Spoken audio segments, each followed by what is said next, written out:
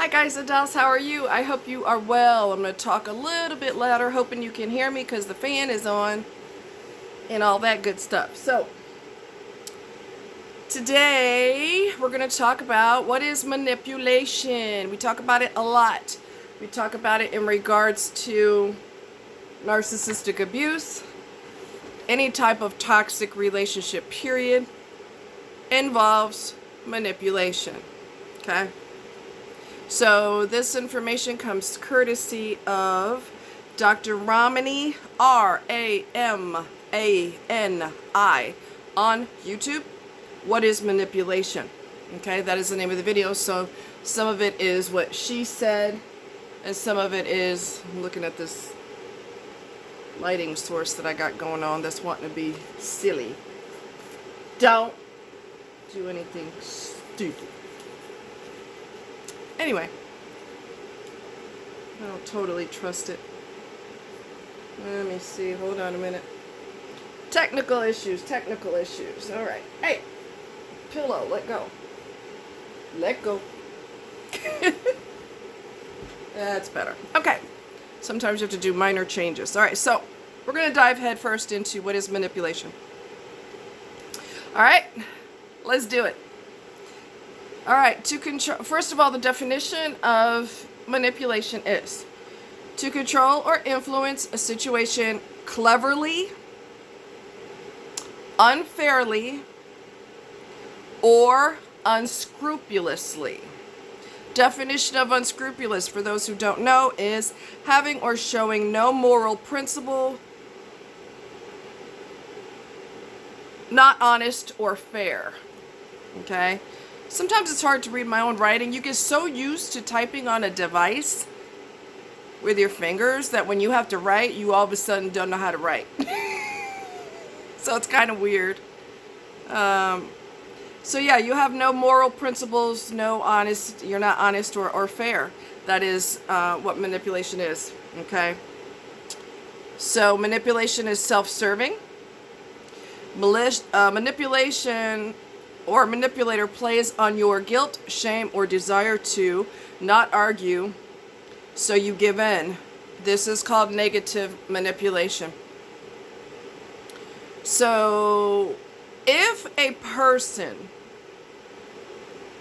past the bullshit / love bombing phase where they're trying to pretend they're the nicest person in the world, that always gets kicked to the curb. So sit tightly and wait. Sit calmly and wait, because that doesn't last. It does not last, okay? And then the real them comes out. Like I've told you before, the mask will slip and the real them comes out. They cannot prevent that from happening. So don't rush into anything. Take your time. Sit back and watch and wait, okay? If a person argues you all the time and you don't ever get your way, or something that you want really, really badly, the person will argue you and refuse to give in. So far as I'm concerned, in retrospect, that's a deal breaker. You need to throw that person in the trash can. Now, because your needs are not relevant, even in the beginning. If your needs are not relevant in the beginning or in the middle of the relationship or wherever it is that you express your needs, and they basically blow it off, that's a deal breaker. You need to throw them in the trash where they belong. Now, here's the exception to the rule. Obviously, you have to use logic, right? So if a person, you're craving ice cream. You're craving ice cream so bad, you cannot stand it. But you and this person are on your way to an opera. And the person says, well, we can't go get ice cream and go to the show because the lines are going to be long and we're going to end up being late. That's okay. They're not refusing you just for the sake of refusing you. They're doing it because you'll be late to the show and the lines are long. So that's obviously commonsensically, right?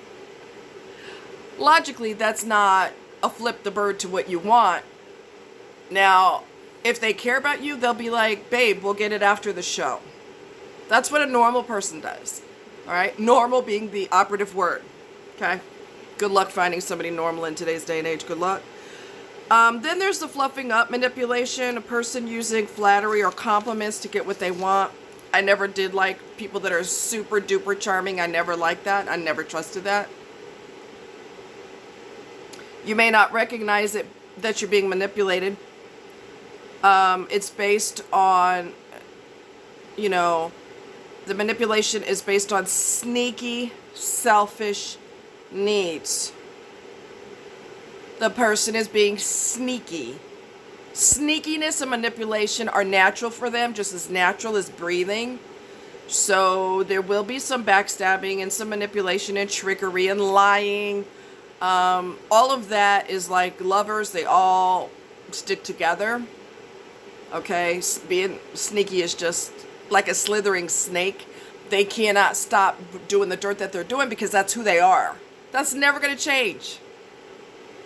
When someone shows you who they are, believe them the first time. All right? Manipulation starts early in the relationship. Early. And if it doesn't start off early because the love bombing and the bullshit meter is so high, just sit and wait. Sit and wait and observe and see what happens. And the trickery, because it's coming. It's just a matter of time. If that person is jacked up, it's coming. Be very, see, some of these, let me interrupt myself for a second. Some of these I put my own experience mixed in there with Dr. Romney, okay? I've not seen anybody talk about this online, so I'm going to go there.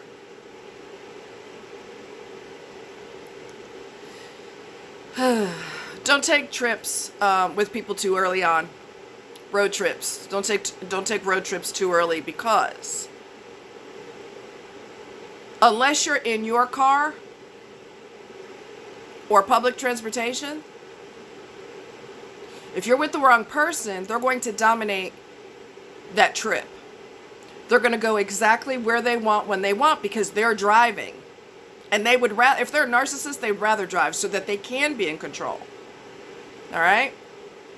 So you better know somebody really, really, really, really good. Get past the love bombing bullshit phase and see the real them and determine whether you want to deal with that or not on a trip, because it gets worse if they are driving.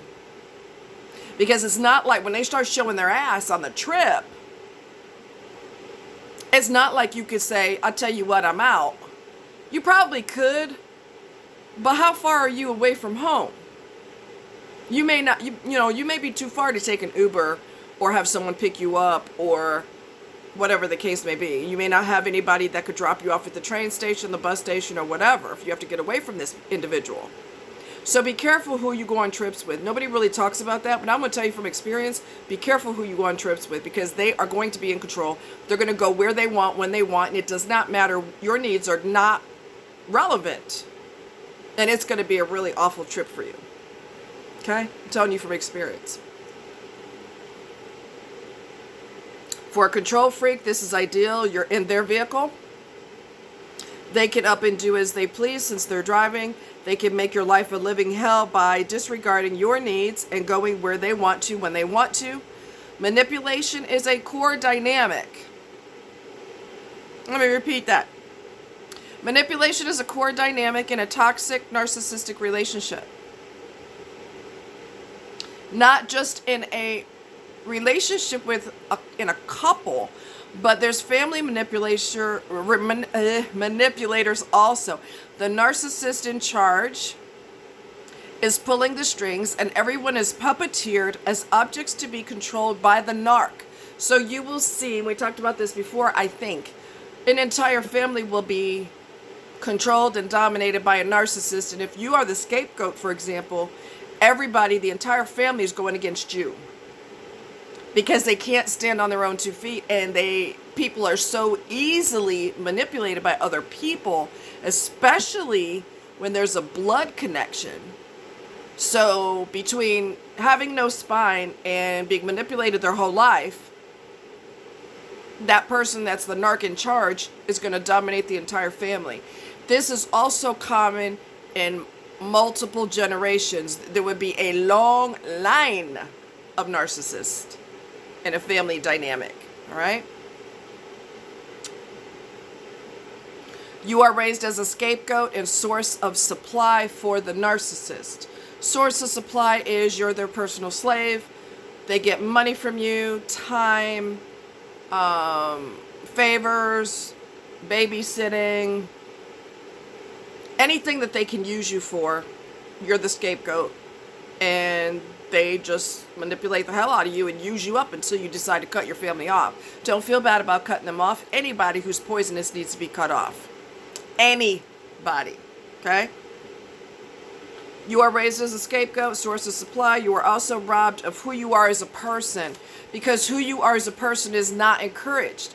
So you're not allowed to have any emotions other than sadness and depression in some cases, depending on what the family dynamic is. So you're not allowed to be independent and express your feelings or anything like that, because that is a threat to the person who is dominating the entire family, the narcissist in charge. So you just sit your little butt down and do as I say, and everything will go beautifully, okay? Till you get old enough and you tell them to go screw it. Go screw themselves. Manipulation can happen in a workplace situation also. For example, the bosses will have pay cuts. Hey guys, are we ready for these pay cuts? Meanwhile, all the bosses are getting a pay raise. Okay? Manipulation at the workplace happens when bosses learn their staff's vulnerabilities and exploit them. So it's not just a relationship situation, a family situation. It can also happen on the job. Some of you may be going through that right now. Some of you may be looking for a new job because of it. You don't have to be abused. And if you have to take a job that is a little bit less money to get peace of mind, that's what you have to do. Because narcs are everywhere. They're like freaking ants. They're everywhere. So you have to pick and choose what you want to be exposed to. All right? And limit your exposure. Gaslighting is the ultimate manipulation. The person becomes destabilized, confused, and the person may give in due to self-doubt. That was tried on me not long ago. This person, which I'm not going to play that game. This person lied and said that, well, you told everybody da-da-da-da-da, blank, blank, blank, whatever it is. And I quickly jumped that person's ass and said, that's a damn lie. Why would I say that? And why would I tell everybody that? So that is not a good game to play with me, because I'm going to bite you on your neck as hard as I can. Maybe not literally. Don't give me ideas. No. But, yeah, I'm not going to take that from you. Don't tell me what the hell I said and what I did. All right? I know what I said and I know what I did. So that mind bend is not going to work with me. All right? Stick to your guns. When you know what you said, don't let somebody tell you that you did differently. Okay.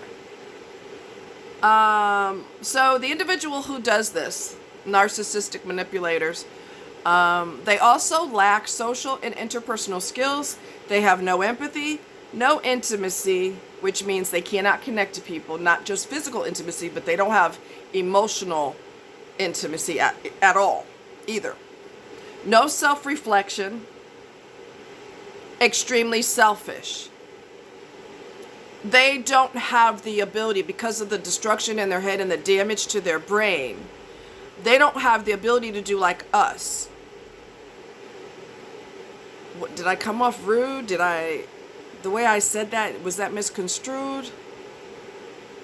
Maybe I should write that person or call them and say, hey, when I said such and such, I didn't mean that. I hope you didn't, read more into that, or I hope that didn't come off wrong. That's self-reflection, which we should do on a daily basis. It's a form of self-inventory. Mentally ill people,